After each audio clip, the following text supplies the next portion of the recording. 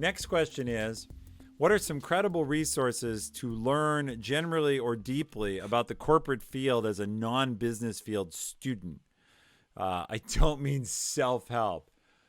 There are a million business books. That's really hard to answer. And the corporate field, if you're here in chat, explain what the corporate field means to you.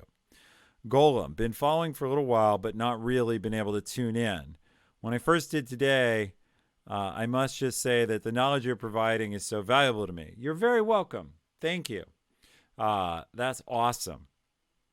And I love to help people. That's the whole point of this stream. Someone who helps me market was asking, why do I bother to do this? What's the point? Why bother?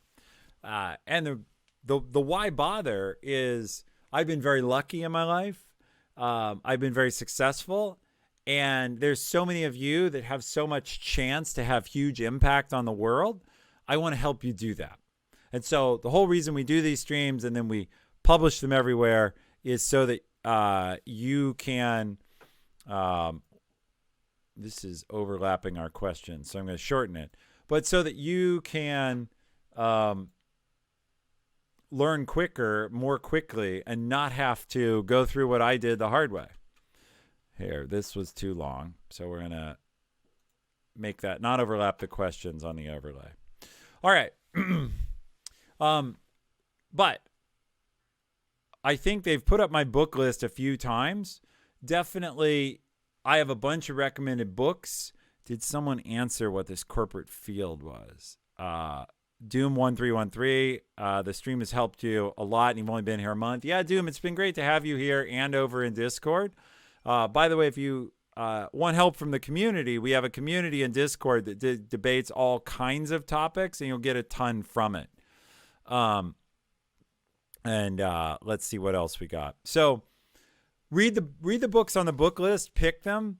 I don't think someone, it's my answer, or it's my question, Fatty Chicken. I guess I framed that question generally because I don't have much of a clue about business or corporations. So it's hard to give a really specific answer. My only experience has been as a leader of about 60 people in the Army for 2 years. Well, that's a big responsibility.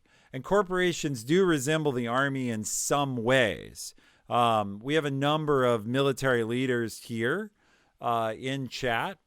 But business, what is the most, this is a good one, Pentaquant. What is the most fundamental, or Hephaestus, what do you think is the most fundamental how business works book?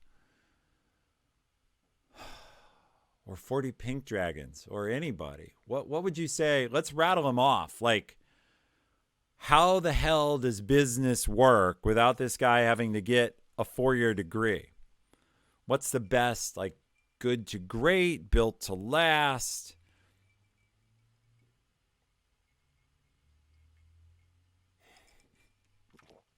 How to win friends and influence people. That's interesting.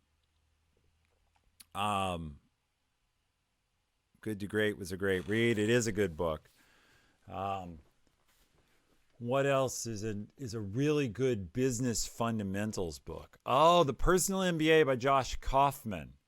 I have not read that book. I have heard good things about it a few times. What else is really good business basics? It so depends on what you want to do. You need like high output management, Andy Grove, great book. Building a startup, Stanford. The Moon is a Harsh Mistress. Liger, that's a good novel and is a little bit the colored side, like the jaundiced side of business. The 7 Habits of Highly Effective People is how to be very effective yourself. Anyway, good question. We'll move on from it. Look, what I would say, try the Devin Nash approach. If you don't know my often co-streamer, Devin Nash, Devin read, he said, like 700 books when he was in high school. He would read books while he was waiting, queuing in gaming lobbies. And it's what made him a marketer and a business person. I would say if you have time, start reading business books that interest you. And you don't have to get through 700, but as you read them, you will find your areas of interest. And the more you read, the more you'll understand. The other thing you can read is stories of real businesses. So you can read like autobiography type stories. Like a great book in this vein is The Soul of a New Machine, which just talks about how a new microcomputer got built and the story of that team. We have a couple more questions here we'll do. So the next question is, what is the biggest need you might have or that you have personally that might require business to solve? So I'll use this to move on to my next topic, which is a lot of my team is being very efficient and they're producing a lot, but they're having trouble disconnecting and they're at risk of burning out. And this is a commonly discussed problem in the time of work from home. There's no boundary between when does your day begin, when does your day end. You can't go out anywhere else. Your family can't come in. You can't travel. People don't want to take vacation because why do I want a vacation in my own home? And so they're facing burnout problems. And the question I would ask is,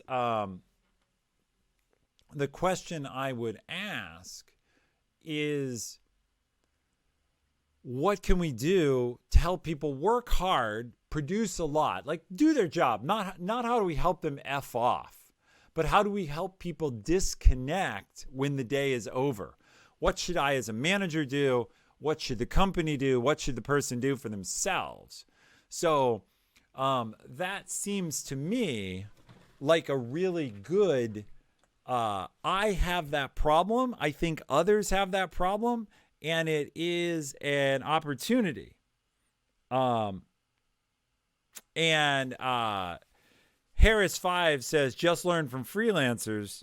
A lot of freelancers burn themselves out or starve, but you tell me, what can we learn from freelancers?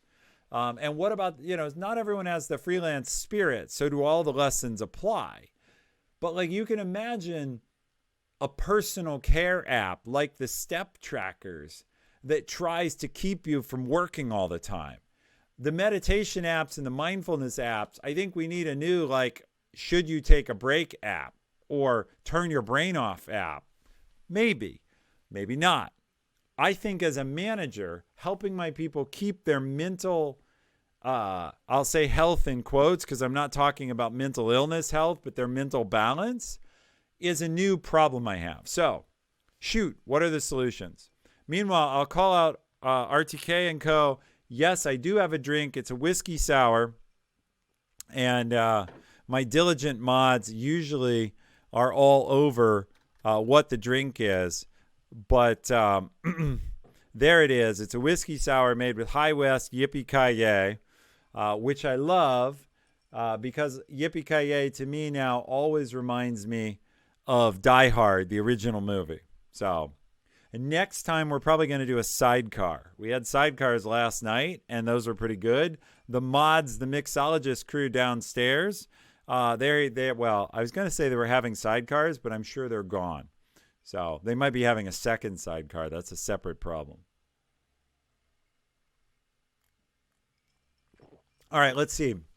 It's counterintuitive. You sort of need to enforce working hours and call out not working hours. It's easy to burn out when a few people on your team are always on any time. So you feel guilty like you're supposed to be there too.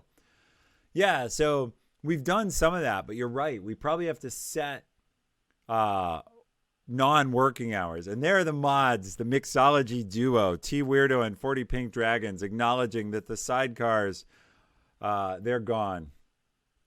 So good for you. This is almost gone. It's been a good night.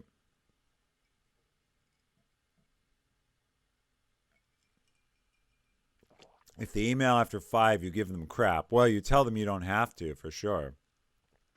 I tell myself when I'm going to be done every day and then force myself to relax. The point is, I think these are real problems that people need help with. Guilt is a powerful thing, and there are also going to be some managers who are going to be very exploitative and who are going to love that it's uh, are going to love that it's 24 hours a day of work or 16 hours a day of work. But there's some initial research that shows people working from home are working an extra 3 hours a day. And so, yeah. And Trip and Flair, I haven't seen you in chat before. Welcome. Maybe I've just missed you. Your fundamental question is how to relax. It is difficult. If you're a hard worker, it can be hard to, cut loose and relax.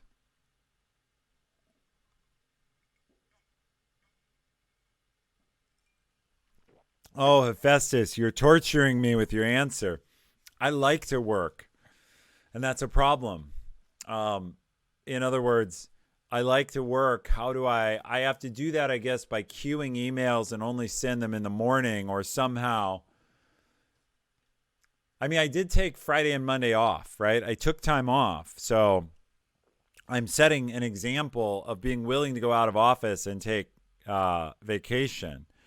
Um, so, yeah. Yeah, it was a 4-day weekend, and we had a good time. I posted some of the pictures. If you haven't looked in our Discord, I posted pictures of our climbing adventures, and I had a great lead. I did some good lead climbing. It was a ton of fun, and then we repainted bedrooms. So, oh, Shadow Fox, thank you for the host. Welcome in. It's always good to see the Fox Den here. And it's good for Shadow Fox to be alive. It's good she's here.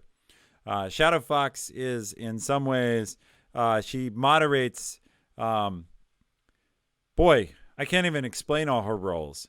She was our first moderator and leads our moderation crew. She moderates our Discord and kicked out some bozos from last weekend. And she was the mentor on how to set up all the glorious streaming equipment. So Shadow is an honored member of our community, and she got a great job through stuff we taught here, so that feels great. She's very happy, as far as I know, in her job and thriving there, and it was exactly what she wanted, so that was great quid pro quo. Pentaquant, the problem with work from home is we have the same amount of work, but it's requiring 30% more labor to complete the work. It's definitely true that some of the stuff is harder. I actually have to keep eye drops in my desk from staring at monitors and Zoom all the time. My eyes dry out. It's a bummer. All right. Let's answer some more fun questions here. But I appreciate your answers on this. The thing I would say more generally is I was asked what problem needs to be solved, and that's the problem. So there's a fun question here. It's a little bit strange, but I will take it. Can you explain? Someone has voted one up. I'm gonna do the EU one anyway. So can you explain? In the EU, travel airplane companies give vouchers, but if we can't travel this summer, how do they not go bankrupt next summer? This is a great question. How does any airline not go bankrupt? Well, some of them are backed by governments with lots of money, and they'll keep them afloat. So like Emirates and stuff like that, unless you imagine the United Arab Emirates going bankrupt, the Emirates will be around as an airline, no matter how much it costs. But this voucher problem is real. Like the airlines are all in terrible hurt. And airlines owe myself and my family several $1,000s right now, and we haven't seen any of it, despite them saying, oh, it's coming, it's coming.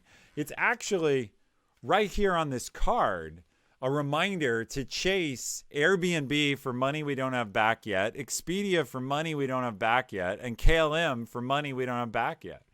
So I think a lot of airlines are going to go bankrupt. So you want a business problem. I'll give you two. If you can find a way to get people to take vouchers and be happy with them, you can make a fortune from the airlines. Number two, if you can figure out what to do with bankrupt airlines and like the airplanes they'll park in the desert, you can make a lot of money. If you can, there's so many ways. The travel industry is so decimated and so screwed up. This is your incredible chance to jump in And by the way, Doom, if you want to post a link, reach out and send it to one of our moderators. Explain what it is. They'll repost it for you. Yeah, and the airlines are dropping airplanes like flies. And so they're retiring all their old airframes. So when you do get on planes, they're going to be nice new ones, because all the old ones, man, they're going. Because Licorice is right. They're parking all the old planes and just shutting them down. I really don't know, though. I think a lot of airlines are going to go bankrupt, and the rest of them are going to charge us a lot, and they're going to get a lot of government money. The vouchers, people are going to want to travel, but it's going to be years till they recover. So I have no idea. I mean, Warren Buffett sold all his airline stock, right? So, Frontier is a leader. Gosh, I hope not. All right, we're going to move on.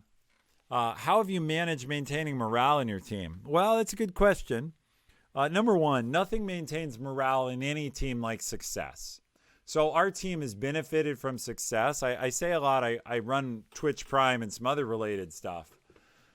Look, people being quarantined or locked down or shut down or stay at home or shelter in place, whatever you want to call it, has led to a lot more gaming. And so lots of game-related businesses have seen new customers.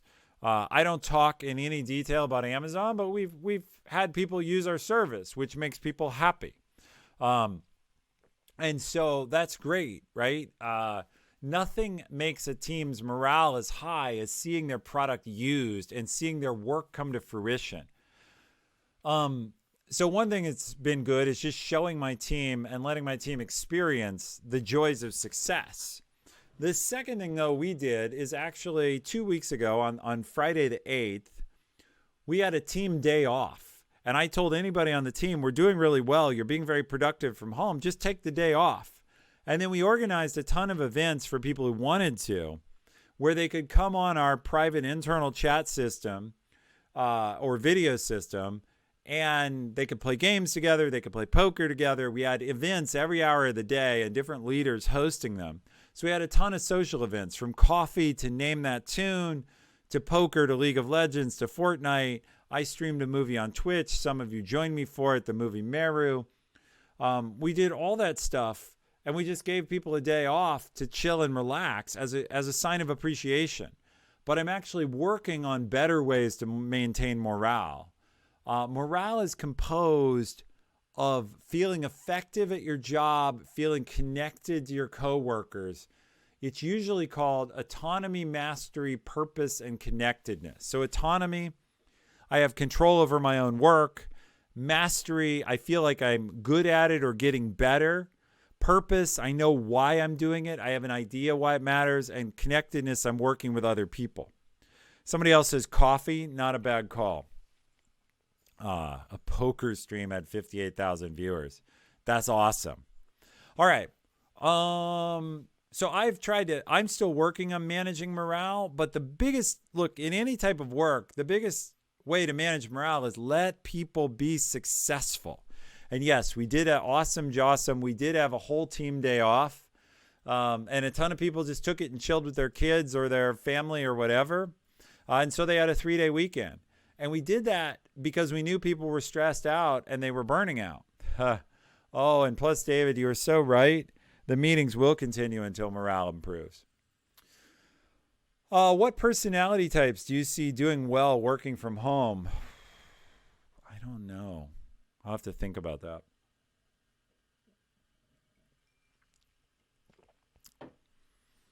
The introverts are generally doing well. The strong extroverts who live alone are struggling.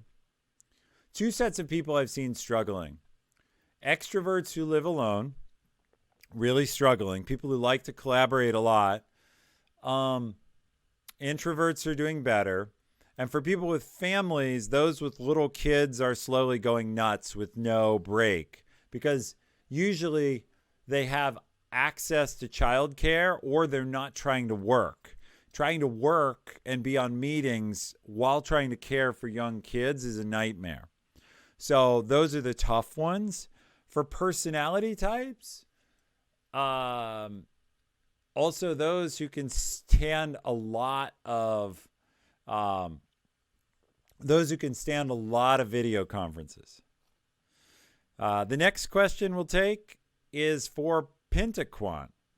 Thoughts on the future of venture capital during this time. Pentaquant, did you ask this, or do you want to take the first crack at answering it?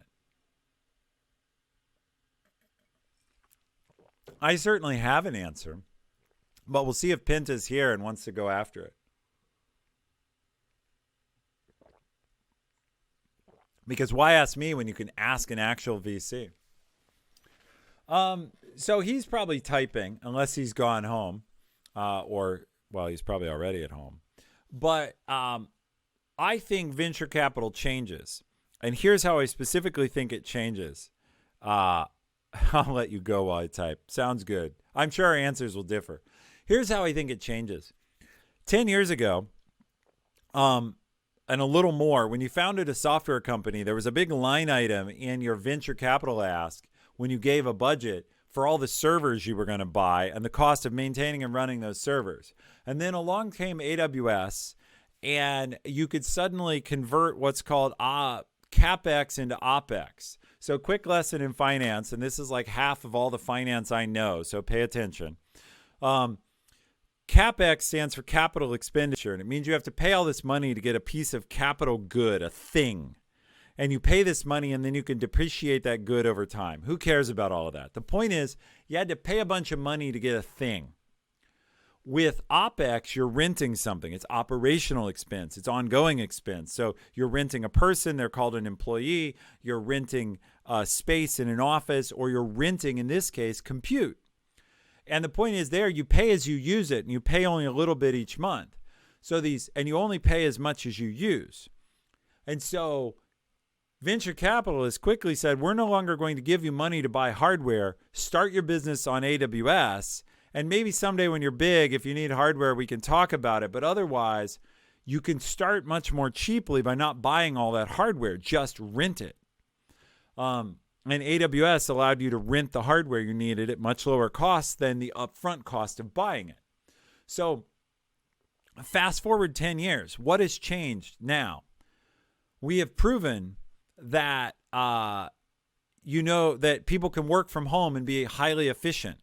So any venture capitalist in their right mind, if they see a budget from you and it calls for an office, you don't need an office to develop software, to develop hardware.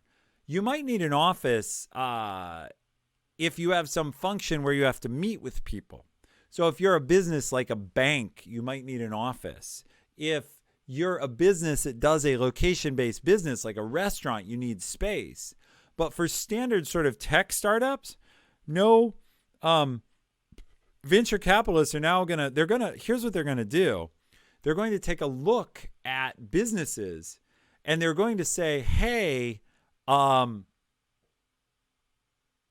you want to, how can I explain this?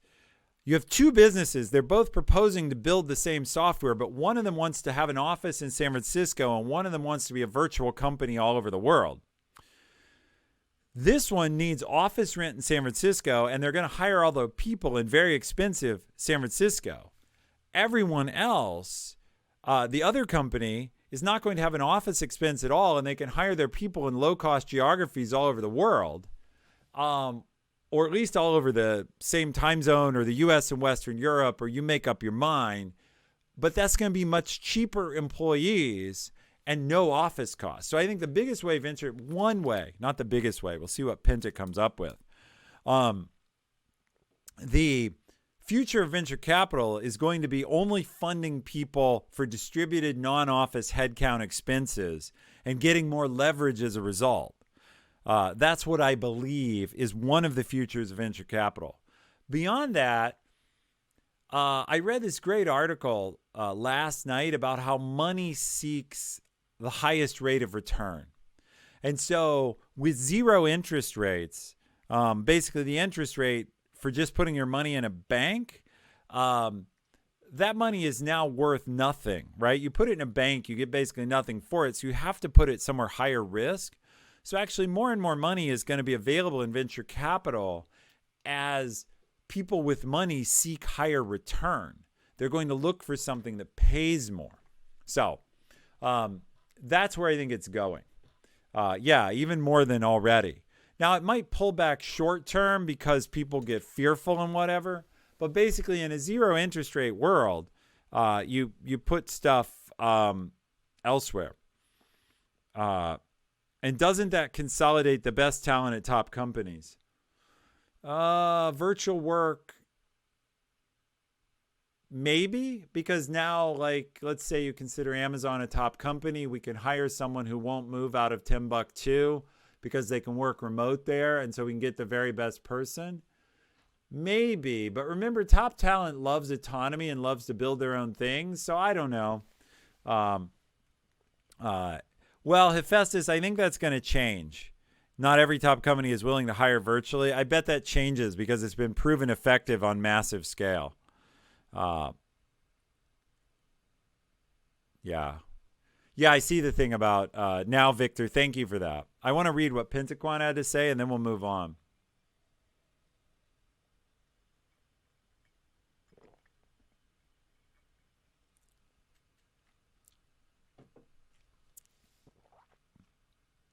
I agree, by the way, with him. I agree with a lot of what he's written, but he says VR, AR will gain more steam. I agree with that because it would improve virtual meetings to be able to do VR and AR for certain types of collaboration. Like, there's more obvious demand. Gig economy will get much bigger. I agree with that as well. Private equity will get much bigger also, which is part of Awesome's field. And Awesome, I haven't seen a follow-up from you. Did you have that call with Gaetano? You don't have to post it here in chat, but update me in a private message in Discord or something, because I think you were supposed to have that call at the end of last week. So I'm curious if you had it and what happened. Okay. So there's some thoughts on venture capital, and you have it from a venture capitalist plus Awesome Patel. Awesome P is also from that world. By the way, Awesome, if you want a great job, maybe you should ask Pentaquan. He's kind of in your space, so you two should make a connection. All right. But I think, look, crisis and change always create disruptive opportunity, and venture capital seeks disruptive opportunity. Okay. Recommendations for changing job during the pandemic. How do you connect with the team if you start with the team while it's remote? Boy, it's a big problem. But it turns out remote puts everyone on the same footing. So you're remote, but everybody else is remote. It is, what we're finding is junior employees, they can't do the like turn around and ask someone. And so they need a better mentor. However, if you are that person, I think it's up to you. You're going to have to find a way to be extroverted.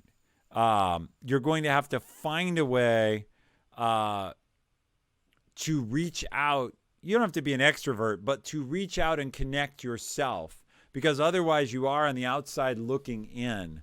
I think you need to have a plan for how are you going to integrate yourself, and you need to ask your bosses and coworkers for help with that.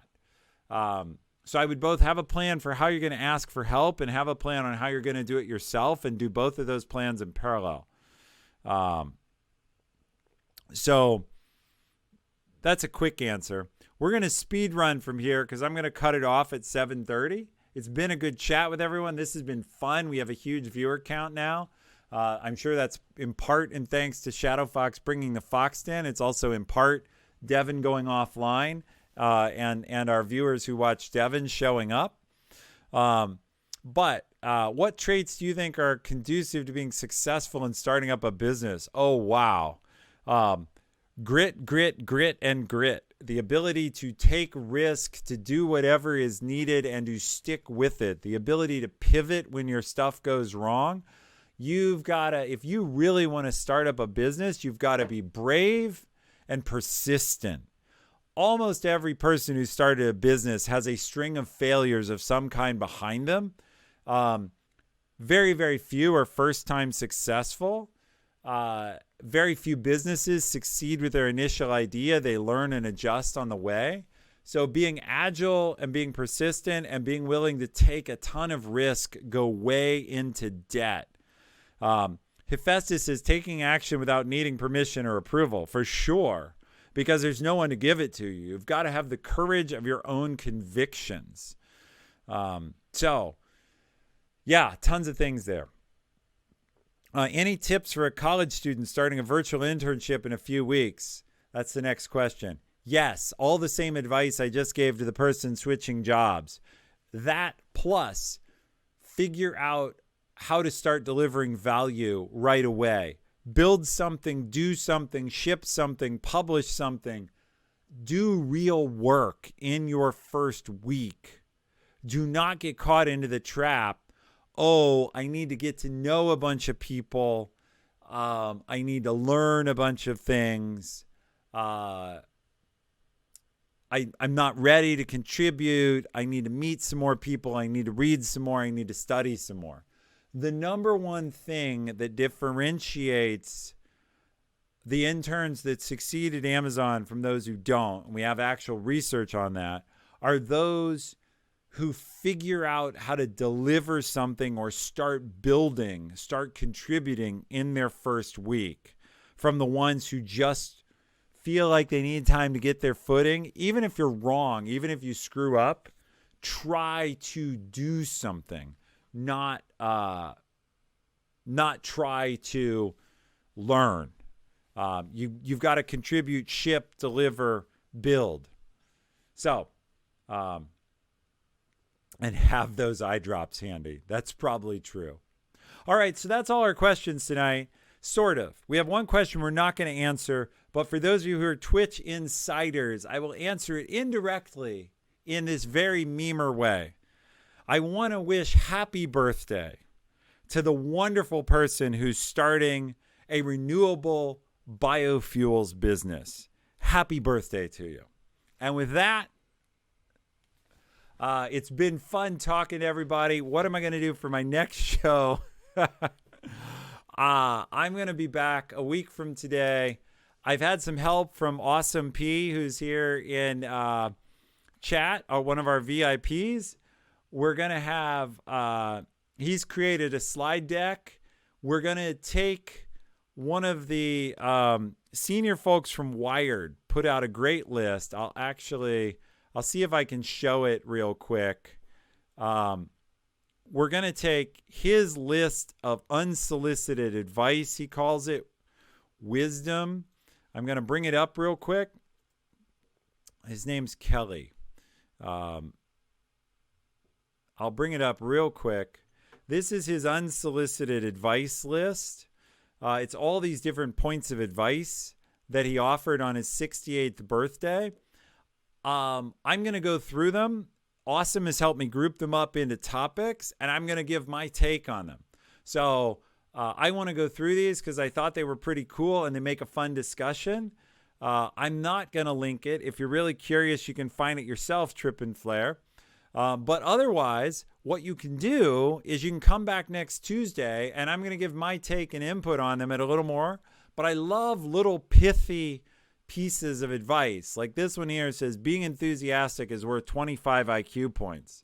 So I agree with that. Being motivated and enthusiastic is one way to be successful. So with that, I'm going to call it a night. It's been good talking to you all. I appreciate all the viewers. It's time to sign off, finish the last little bit of the drink. Let me do that.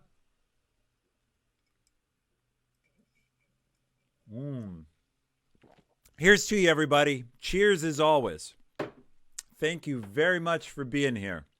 And have a great night. See you in a week.